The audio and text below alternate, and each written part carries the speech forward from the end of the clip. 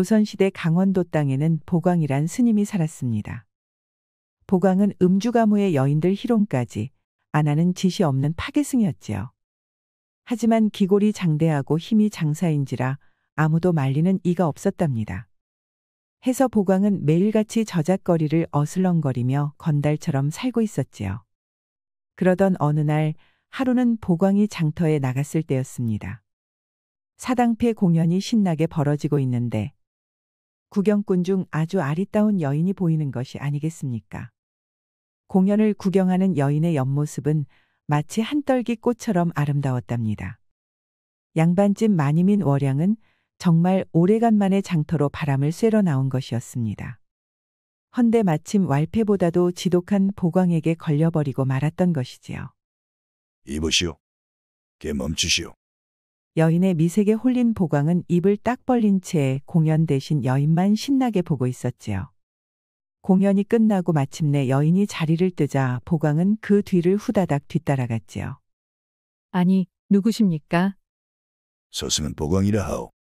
보살의 이름은 어떻게 되시오? 저는 월양이라고 합니다. 그런데 무슨 일로 부르셨나요? 공연을 관람하던 그대를 보는 순간 소승의 눈이 번쩍 뜨이는 것 같았어. 아무래도 그대와 나 사이에는 부처님이 정해주신 인연이 있는 것 같으니 지금 당장 같이 좀 가셔야겠소이다. 아니, 뭐라고요? 저는 못 가겠습니다. 스님이라면 불도를 닦으셔야지. 왜 부녀자를 희롱하십니까? 거절은 거절하겠소. 자, 갑시다. 월양은 거절했지만 바위 같은 보광을 당해낼 순 없었지요. 보광이 월양의 손목을 붙잡고 질질질 끌고 가자 보다 못한 한 사내가 나서는 것이 아니겠습니까? 바로 월양내 머슴인 만수였지요. 땡중아, 어서 마님의 손목을 놓지 못하겠느냐. 하룻강아지가 뭐 무서운 줄 모르는 모양이로구나. 만수는 참지 못하고 보광에게 달려들었습니다. 하지만 보광은 그 모습을 보고도 껄껄껄 웃는 것이었지요. 그러더니 만수를 가볍게 들어올려서는 그대로 저 멀리 집어던지는 것이 아니겠습니까? 붕하고 날아간 만수는 흙바닥에 나뒹굴고 말았지요. 일어나려고 안간힘을 썼지만 온몸이 다 아파서 꼼짝도 할 수 없는 것이었습니다. 그만하세요. 제가 스님의 말씀대로 할 터이니 이제 그만하시지요. 도대체 저와 뭘 하시려는 겁니까? 말 잘하셨어, 월양시주. 자, 그럼 소승과 술이나 한잔 하러 갑시다. 보광은 월양을 품에 안은 채 저잣거리 한복판의 주막으로 향했지요. 월양 마님은 어쩔 수 없이 보광에게 끌려가면서도 자기를 구하려다 기절한 만수를 걱정스런 눈빛으로 쳐다보았답니다. 두 사람은 주막에 들러 술을 마시기 시작하였지요.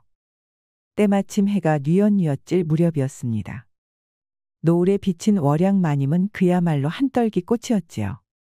그런 월양 마님을 앞에 두자 보광은 아랫도리에 힘이 빡 들어가고 목이 타들어가는 것 같았습니다. 해서 연거푸 술을 들이켰지요.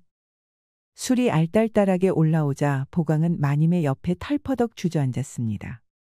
그러더니 그대로 마님의 소매에 손을 쑥 집어넣는 것이 아니겠습니까? 월양 마님은 깜짝 놀라 몸부림쳤지요. 아니, 이게 무슨 짓입니까? 불도를 닦는 분이 여색을 탐해서야 쓰겠습니까? 앙탈 부리는 모습도 귀엽구려.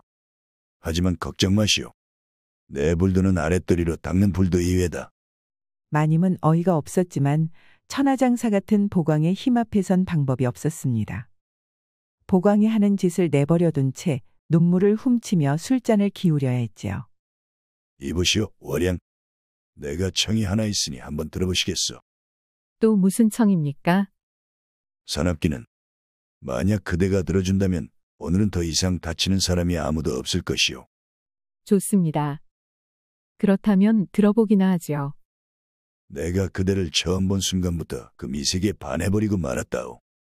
해서 월양 당신을 꼭 품에 안아보고 싶은데 이를 어찌하면 좋겠소. 월양은 너무나도 당당한 보광의 말에 어이가 없었지요. 이렇게 술이나 마시다 갈 수는 없나요? 없소이다. 내 힘을 쓰면 간단하지만 그러면 너무 재미가 없지. 그러니 순순히 응해주면 좋겠어. 이 왈패 같은 스님은 마님이 청을 들어주지 않는 이상 물러날 것 같지가 않았습니다. 해서 곰곰이 생각한 끝에 꾀를 내었답니다. 정 그렇다면 저도 청이 하나 있습니다. 말해보시오. 제가 갑자기 자리를 뜨면 집안 식솔들이 놀랄 것입니다. 그러니 떠나기 전에 잠시 편지를 쓸 시간을 주시면 좋겠습니다. 그러도록 하시오. 보광은 껄껄껄 웃으며 마음대로 하라고 하였지요. 해서 마님은 급한 대로 치맛자락을 찢어 편지를 써서 남겼답니다. 다 끝났어. 자, 그럼 갑시다. 보광은 마님을 번쩍 들어 옆구리에 끼더니 그대로 바람처럼 달리는 것이었습니다. 마님은 눈앞의 광경이 휙휙 지나가는 터라 정신이 나갈 것 같았습니다.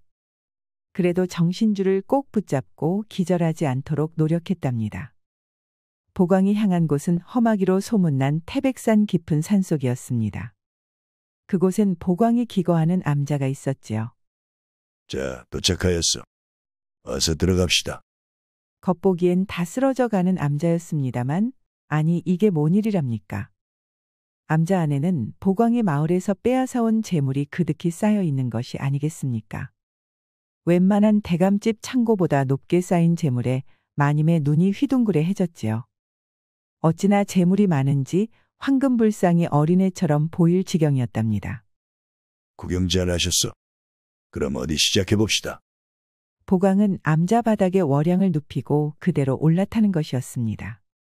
월양은 그 이름처럼 달처럼 곱고 꽃처럼 향기로웠지요.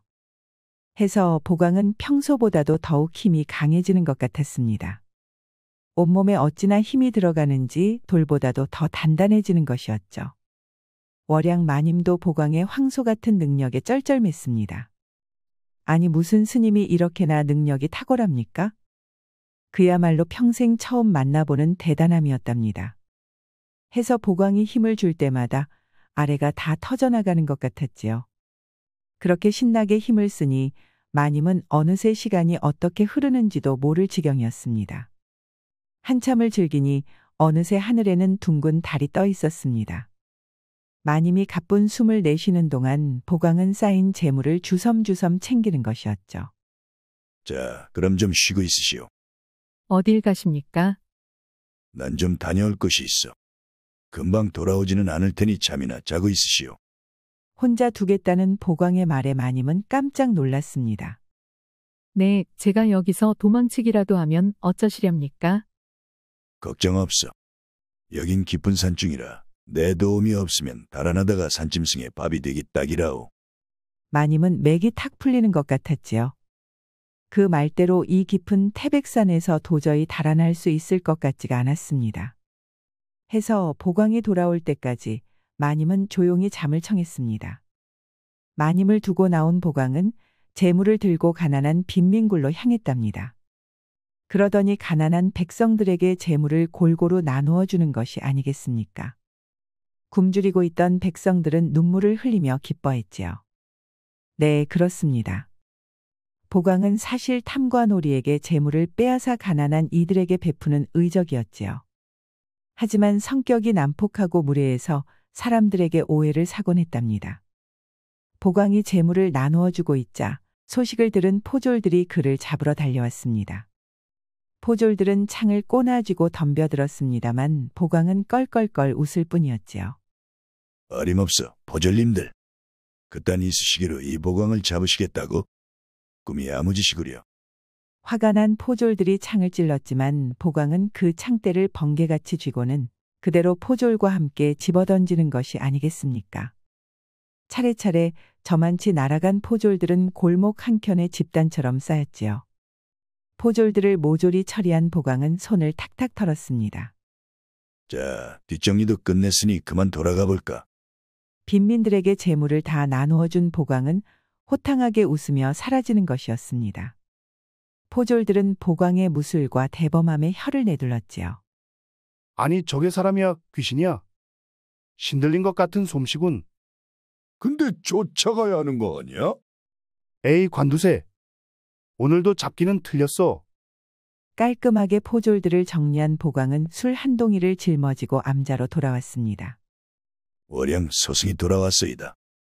혹시 달아난 것은 아니시오? 웃어제끼며 암자에 들어온 보광은 눈이 휘둥그레해지고 말았습니다.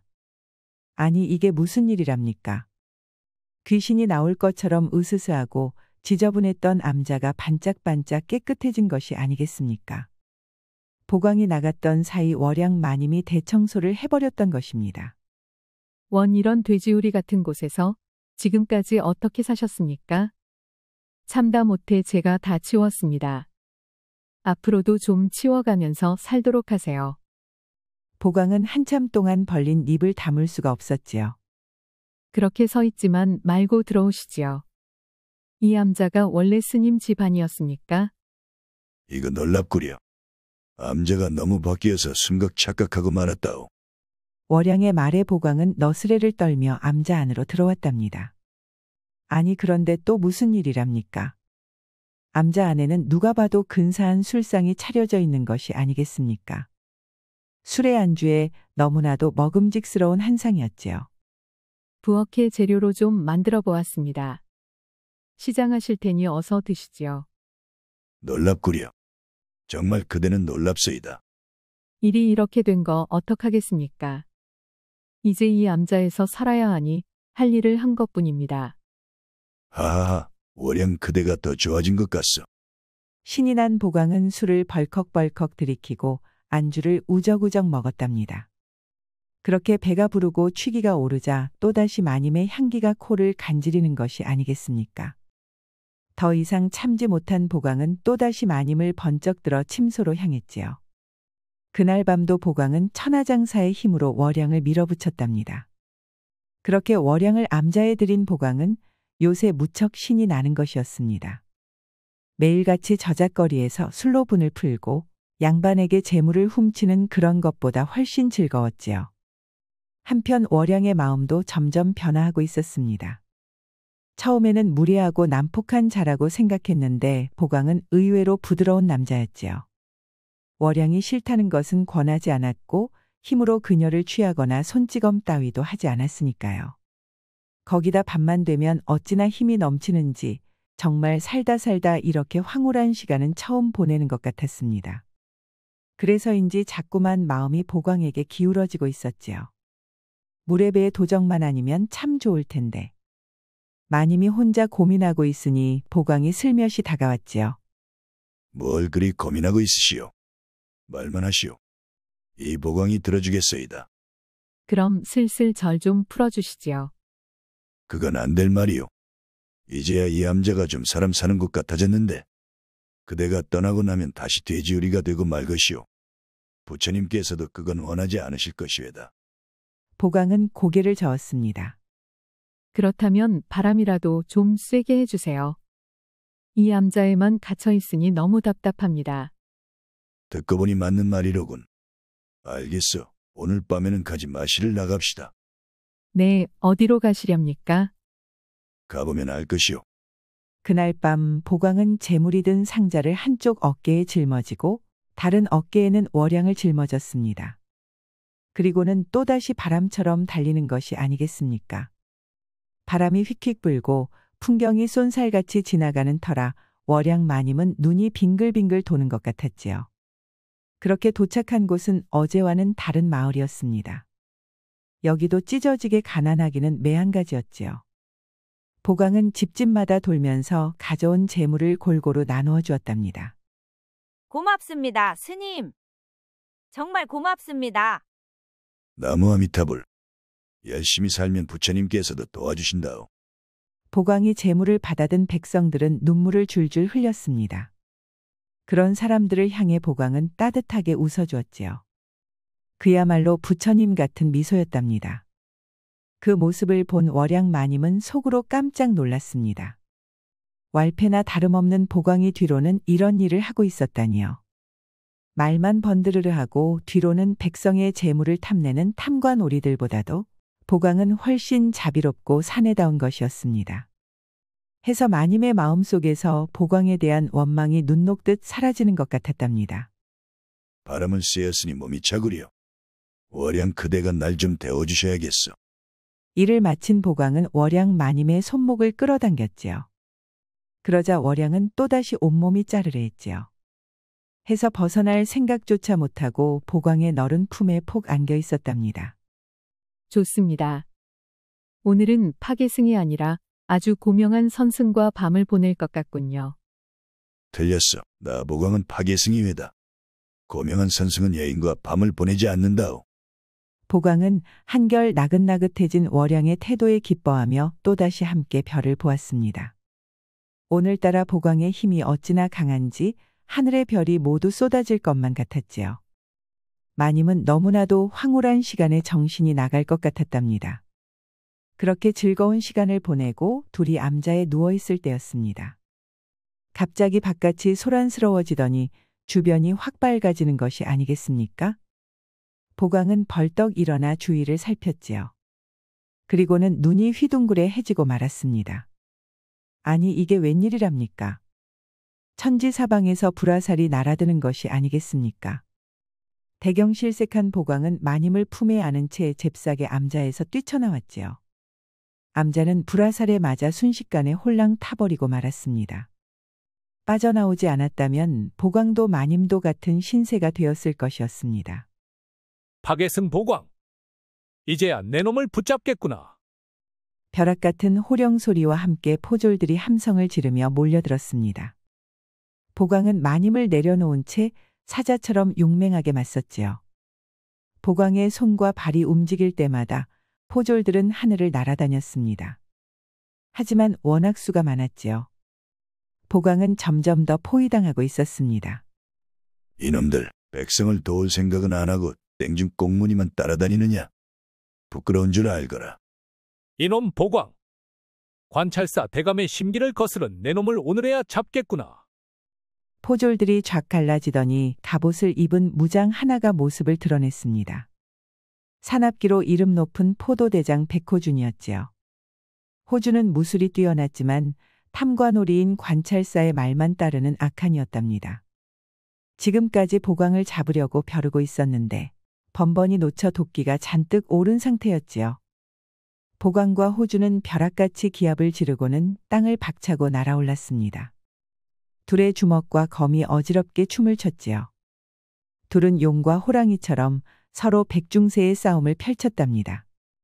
다들 둘의 싸움에 정신을 판 사이 머슴 만수가 월양에게 다가왔지요. 마님, 구해드리러 왔습니다. 아니다. 보광 스님은 내가 아는 그런 분이 아니시다. 정말 좋은 분이야. 마님이 보광에게 노란하시는 겁니다. 정신 차리세요. 월양 마님이 해명을 했지만 만수는 들은 척도 안 했습니다. 오히려 마님의 손목을 붙잡아서는 강제로 질질 끌고 가는 것이 아니겠습니까? 그보다 어서 절 따라오십시오. 포도대장께서 마님은 눈 감아 주신다고 하셨습니다. 만수는 포도대장과 미략을 맺고 월양을 찾아온 태백산을 헤매었던 것입니다. 마침내 사모하던 마님을 찾았으니 이제 함께 꽁무니를 빼려는 것이었지요. 바로 그때였습니다. 갑자기 칼이 번쩍하더니 만수가 피를 뿜으며 쓰러지는 것이 아니겠습니까? 도저히 승부가 나지 않자 호준이 만수를 베어버리고 마님을 붙잡은 것이었습니다. 자 보광. 한 발자국이라도 더 움직이면 이 여인의 목숨은 없을 줄 알거라. 비겁하구나, 호준. 포도대장이라는 자가 어찌 아녀자를 인질로 삼느냐. 닥쳐라. 내 놈은 순순히 오라를 받으면 된다. 사랑하는 월양이 붙잡히자 보광은 저항을 그만두었습니다.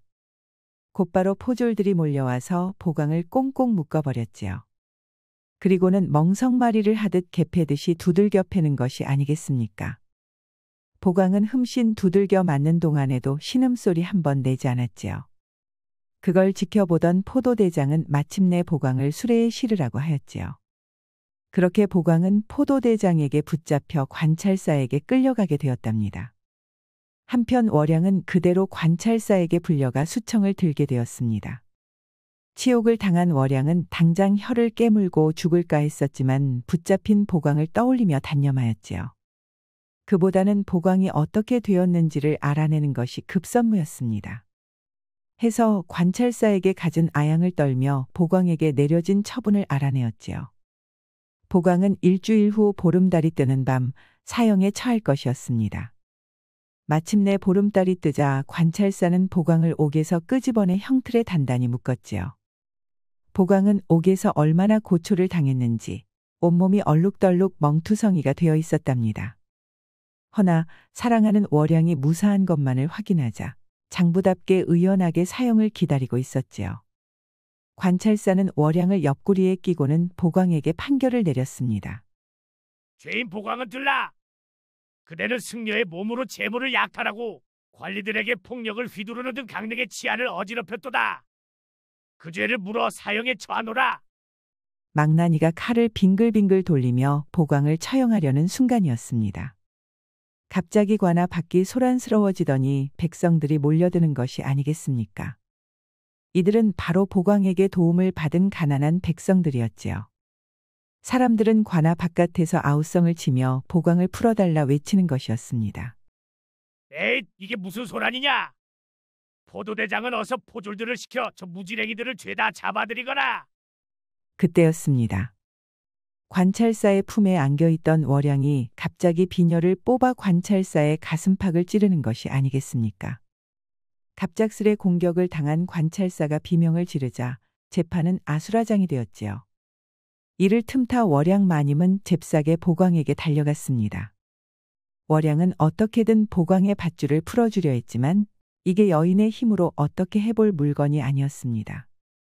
아무리 노력해도 방법이 없자 마님은 원통함에 못이겨 눈물을 흘렸지요. 그걸 본 보광이 껄껄껄 웃는 것이 아니겠습니까? 지성이면 감천이라 하였소. 월양 그대가 이리도 노력하니 이 보광도 힘을 좀 써야겠소이다. 보광이 온몸에 힘을 주자 아니 이럴 수가. 밧줄이 우드득 끊어지는 것이 아니겠습니까? 보광은 언제든 밧줄을 풀 수 있었지만 혹여 월양이 다칠까 꼼짝도 못하고 있었던 것이었습니다. 기겁한 포도대장이 보광을 막으러 달려왔습니다. 하지만 이번에는 보광을 막을 수 없었지요. 포도대장이 칼을 휘두르자 보광은 주먹으로 맞서는 대신 묶여있던 형틀을 그대로 집어던진 것입니다. 커다란 형틀에 맞은 포도대장은 그만 목이 부러져 다시는 일어나지 못하게 되었지요. 관찰사 나리, 이제는 그만 백성들의 말도 좀 들어보십시다. 단숨에 포도대장을 해치운 보광은 발을 들어 관아의 문을 차버렸습니다. 그러자 그때까지 바깥에서 문을 두드리던 성난 백성들이 파도처럼 안으로 쏟아져 들어오는 것이었지요. 엄청난 수의 백성 앞에서 포졸들도 창을 내려놓고 모조리 항복하고 말았습니다. 당황한 관찰사는 어쩔 줄을 몰랐답니다. 그렇게 관아를 제압한 보광은 광을 여러 관찰사가 수탈한 재물을 백성들에게 골고루 나누어 주었지요. 백성들의 얼굴에는 마침내 웃음꽃이 피었답니다. 그리고 지금까지 온갖 나쁜 짓을 저지른 관찰사의 장부를 찾아내 한양으로 보냈답니다. 이건 사실 월양 마님의 공이었지요. 그렇게 관찰사는 조정에서 보낸 감찰관에게 붙잡혀 서울로 끌려가게 되었지요.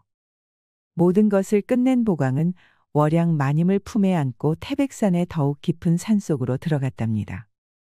그리고는 새로이 암자를 지어 마님과 새 출발을 하였지요. 월양 이것 보시오.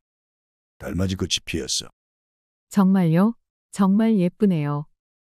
저 달만큼이나 예뻐요. 그래도 당신보다는 덜 아름답구려. 내긴 그대가 제일 아름답소. 그렇게 조금은 별난 스님과 아참 이제는 머리를 길렀으니 더 이상 스님은 아니었습니다. 조금은 별난 사내와 아름다운 마님은 오랫동안 행복하게 살았다고 합니다. 보광과 월양의 만남은 평범하지 않았습니다. 허나 마님은 보광 속에 깃든 정의감과 올바른 마음씨를 알아보게 되었지요. 우리도 사람을 겉모습만 보고 판단하지 말고 내면을 살피는 삶을 살아야겠습니다. 우리 영상을 시청하신 모든 분들께 행복이 가득하길 기원하겠습니다. 구독과 좋아요, 알림 설정 부탁드려요. 이후에도 재미난 이야기가 많이 준비되어 있으니 다른 영상도 꼭 보러 와주세요.